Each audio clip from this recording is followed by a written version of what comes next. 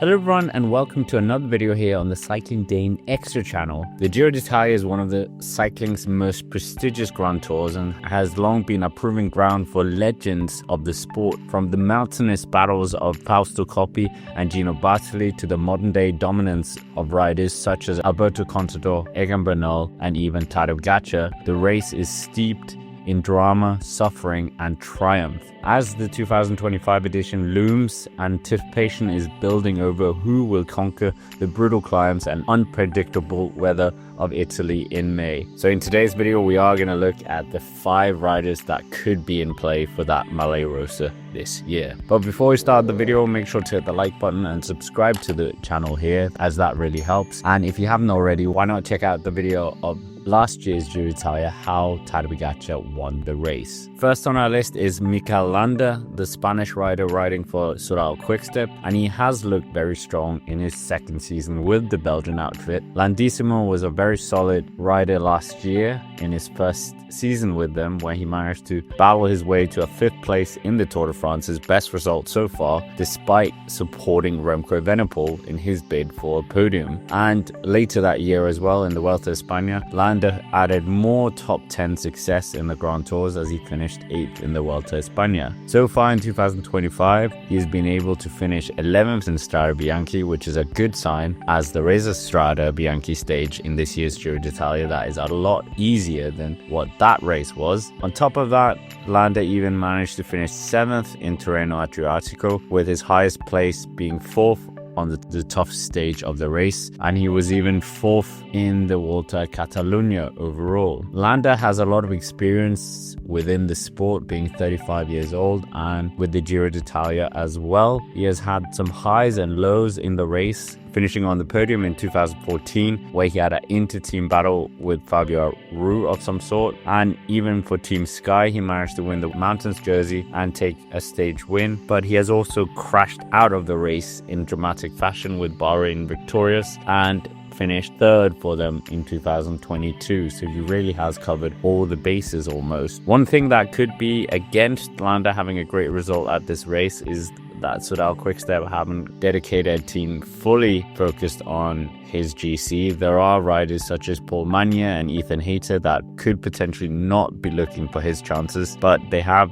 supplied him with James Knox and Matteo Cattaneo for the mountains. So who knows what Landa can do, but they will definitely look to have a favorable finish. 4th on the list is not a rider, it's a team, and this is Ineos Grenadiers, who have had a very good run in the Giro d'Italia of late. Geraint Thomas finishing on the podium in both 2023 and 2024. Despite that good podium form, they haven't won the race since 2021, and that was with Egan Bernal, who will be returning to the race for the first time since that win, and also since his devastating crash in Colombia. Bernal started the year well this year, winning both the Colombian national time trial title and the national road race, and on top of that he had a very strong Clásica Jaén, where he was able to mark plenty of the moves on behalf of his teammates, but he was caught up in a very strange crash that took him out for a lot of the spring season. He did return back to the Volta a Catalunya, and here he was able to finish 7th overall as well. So he is looking quite interesting. Another key GC rider for Ineos Grenadiers could be Thymen Arensman, who finished 6th last year in the Giro d'Italia, and the year before he finished 5th despite being in support of Geraint Thomas. Arensman is a very good climber and has a really good TT on him, and has had a very good lead up to the Giro d'Italia as well, with a 4th place early on in the Tour Valenciana, 3rd in Paris-Nice, and the latest big result was a 2nd place in the Tour of the Alps, where he even managed to take a very impressive stage 4 victory, his first victory individually in over 3 years. So he will definitely be looking strong. Ineos Grenadiers, whoever they ride for, will certainly be in the mix. 3rd on the list is Simon Yates, who will embark on his first Grand Tour with his new team of Team visma-lease bike. His 2025 season so far with them has been a bit of a quiet one by his standards, as he finished 14th overall in Tirreno Adriatico, a race he's won overall in the past, and he was also 9th most recently in the Vuelta a Catalunya. Despite those results, we do know he's a very strong climber on his day and has had a lot of success in the Giro d'Italia, and has cited the Giro as being his first big goal before going to the Tour de France and helping Jonas Vingegaard. In the Giro,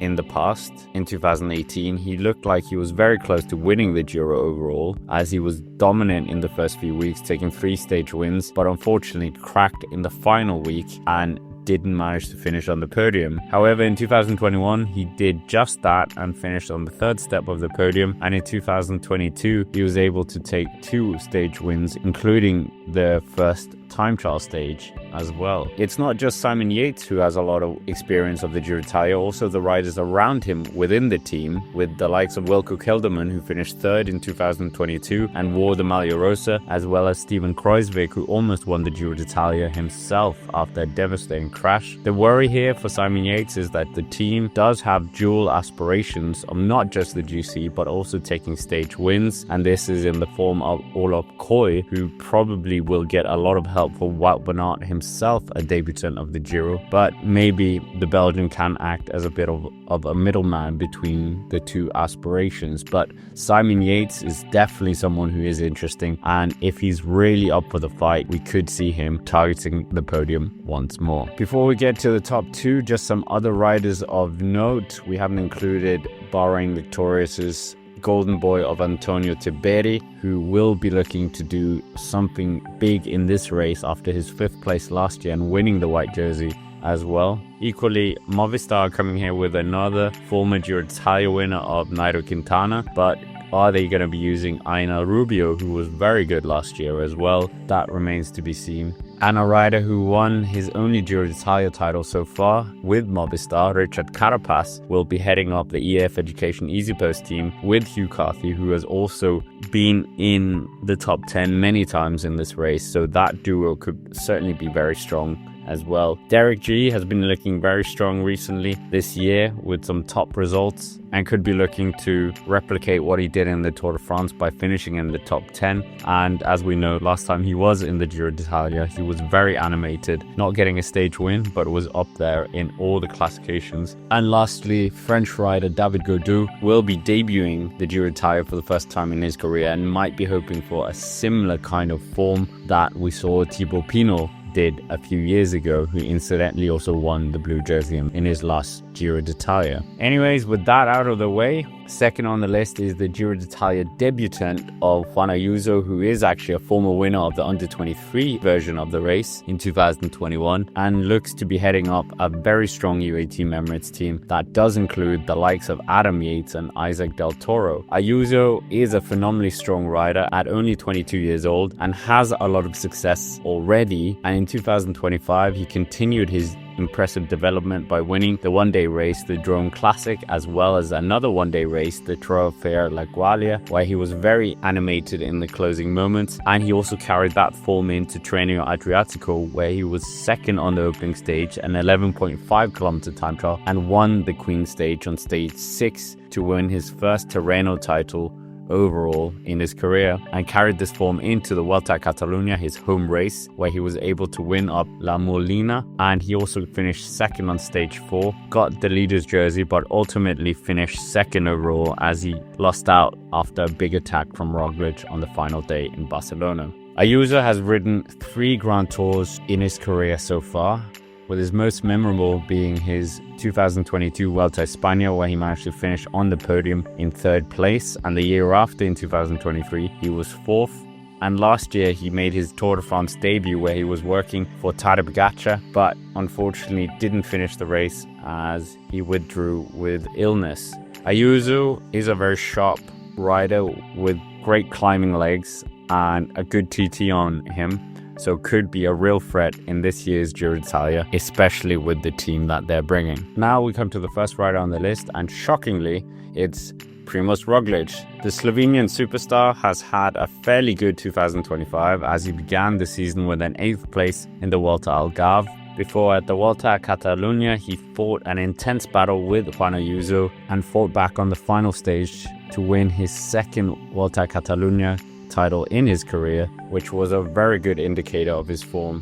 We know Roglic is a very strong Grand Tour rider with 4 Vuelta a España victories to his name, as well as 1 Giro d'Italia title. This title came back in 2023 in a fantastic final week of the race where he was able to battle back and snatch the Maglia Rosa on the final time trial on the Monte Lozari away from Geraint Thomas and won the GC with 14 seconds. Roglic has an interesting relationship with the Giro d'Italia, as it was in fact his first Grand Tour victory came in this race in 2016, where he won a time trial. The next victory for him came in the 2019 Giro d'Italia, where he looked very strong, where he won the opening stage in San Luca and also won the second time trial in San Marino. And his fourth stage victory, as we know, was also a time trial. But in the 2019 Giro d'Italia, he didn't win the race overall, but he did finish third and was his first podium in a Grand Tour. Red Bull Bora Hansgrohe are certainly backing their superstar as well, with a very strong team that includes the likes of new boy Jan Tratnik, Daniel Martinez, who was very strong last year, finishing second